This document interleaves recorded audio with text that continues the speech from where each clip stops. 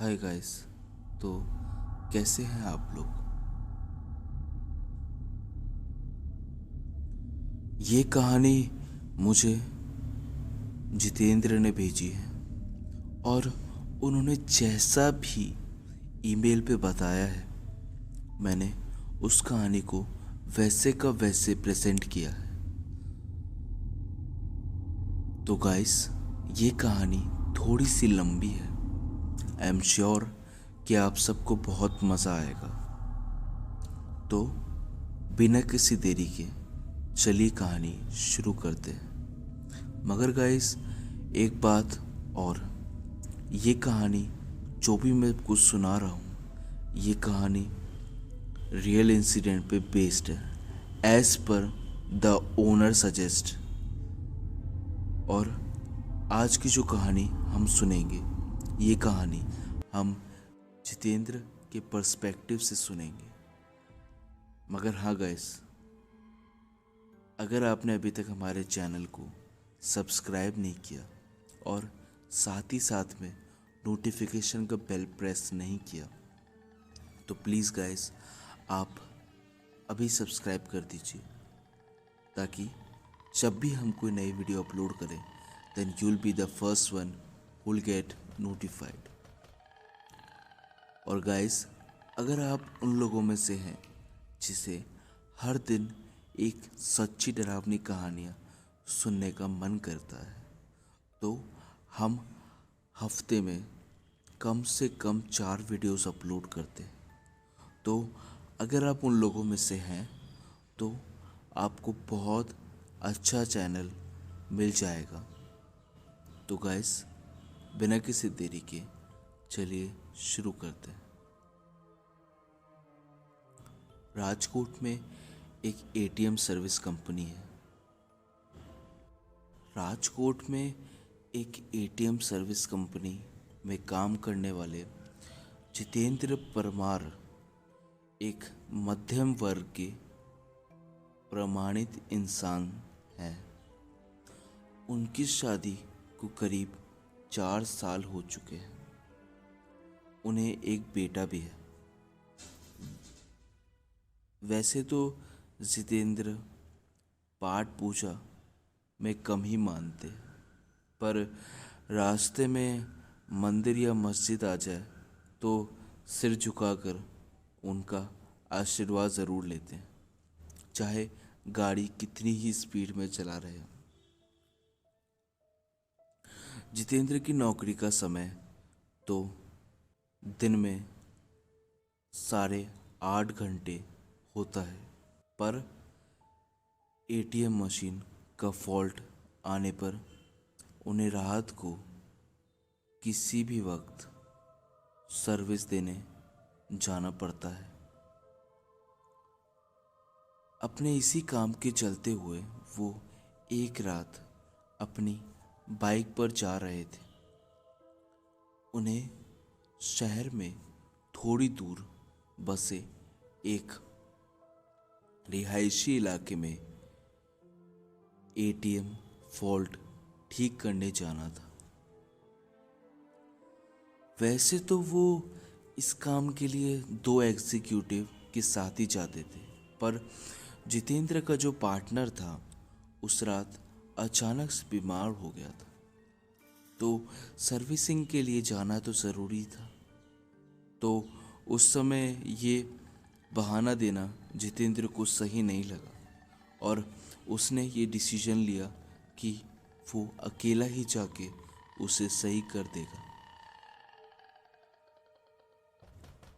तो सर्विसिंग के लिए उसे अकेले ही जाना पड़ा। स्पॉट पर जाकर जितेंद्र ने अपनी बाइक स्टैंड पर लगाई। तभी उन्हें वहाँ एटीएम बूथ पर एक लड़की दिखी। जितेंद्र ने सोचा कि उसे शायद पैसे निकालने होंगे और वह एटीएम मशीन के ठीक होने का वेट कर रही होगी। फॉल्ट ठीक करने के लिए जैसे ही जितेंद्र एटीएम बूथ के अंदर आए तो वो लड़की भी अंदर आने लगी। सिक्योरिटी गार्ड ने उन्हें बाहर रोकने के लिए कहा। अब जितेंद्र अपना काम कर रहे थे, तभी अचानक से उसकी नज़र एटीएम बूथ के बाहर गई। वहाँ उन्होंने देखा कि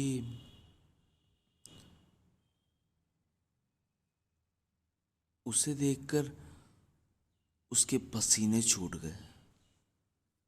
बाहर खड़ी वो लड़की एटीएम गार्ड की मुंडी अपने हाथ में लिए खड़ी थी और वह जितेंद्र की ओर घूर घूर कर देख रही थी, जैसे कि जितेंद्र ही उसका अगला शिकार हो।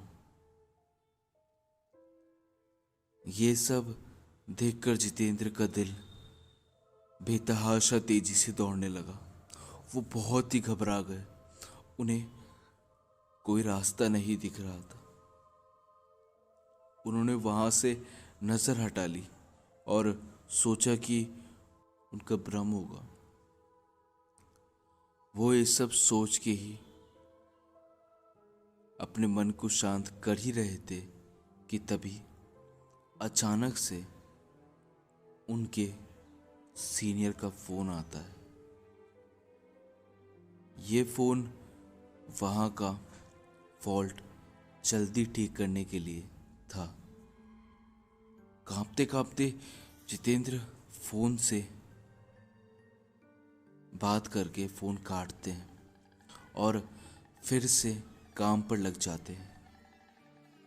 थोड़ी ही देर में अचानक से एटीएम मशीन ठीक कर लिया जाता है। इस बार एटीएम बूथ से बाहर देखने पर सब नॉर्मल लग रहा था। वह लड़की भी वहाँ नहीं थी और एटीएम बूथ का गार्ड भी उसके पास आराम से खड़ा हुआ था। जितेंद्र ने सोचा कि पहले जो भी देखा था वो बस एक भ्रम होगा। वो अपना काम निपटाकर सीधा अपनी बाइक की ओर दौड़ गया। जाने से पहले उसने एक बार जरूर एटीएम को वापस देखा और उसका दिल दहल गया। एक बार फिर बाहर खड़ी वो लड़की एटीएम गार्ड की मुंडी अपने हाथ में लिए खड़ी थी। इस भयानक नजारे के बाद इस भयानक नज़ारे को देखकर जितेंद्र बुरी तरह से डर गए और जल्दी से वहाँ से भाग गए।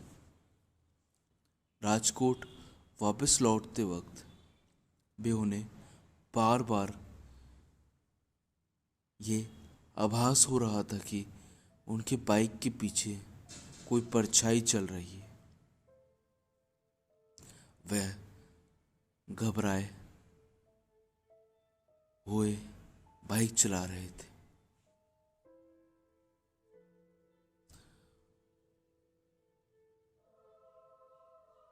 वह बाइक चला रहे थे कि न जाने कैसे अचानक से उनकी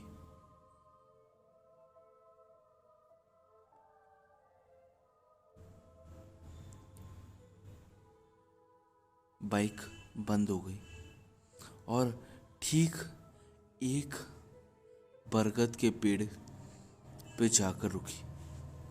जितेंद्र जी को यकीन नहीं हुआ कि क्या ये सचमुच हो रहा था। उन्होंने नजर उठाई तो बरगद के पीछे की शाखा से झूलती एक आकृति नजर आ रही थी। उसके साथ एक नरमुंड था और वो बड़ी अजीब सी गरगराहट बड़ी नजरों से कुछ बोल रही थी। जितेंद्र जी ये सब देखकर वहीं जम से गए। ना उनकी चीख निकली और ना ही वो बेहोश हुए। चुड़ैल पेड़ से उतरी और उसके पैर भी उल्टे देखकर जितेंद्र जी के पसीने छूट गए। वो देख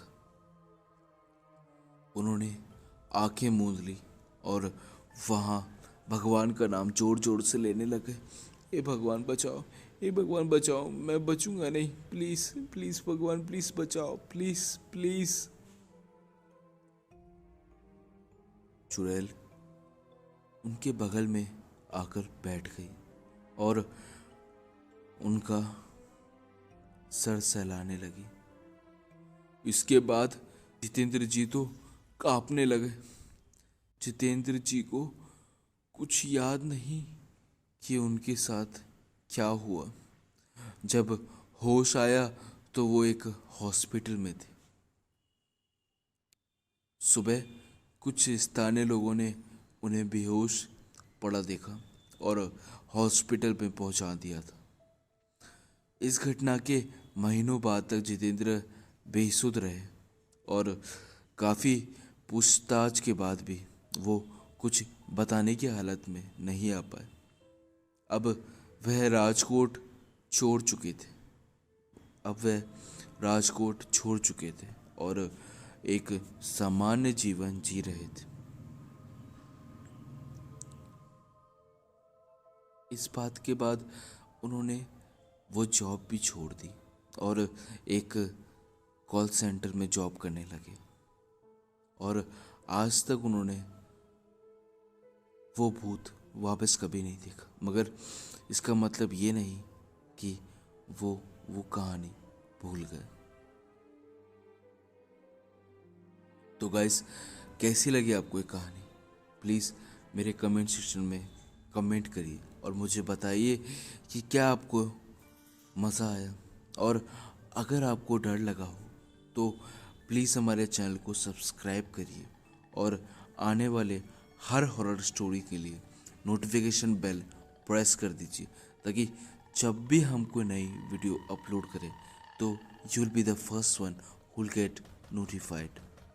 तो गाइस, यही कहते हुए मैं आपसे अलविदा लेता हूँ। फिर लौटूंगा एक ऐसी ही सच्ची डरावनी कहानी के साथ। तब तक के लिए thank you and have a nice day. Bye bye.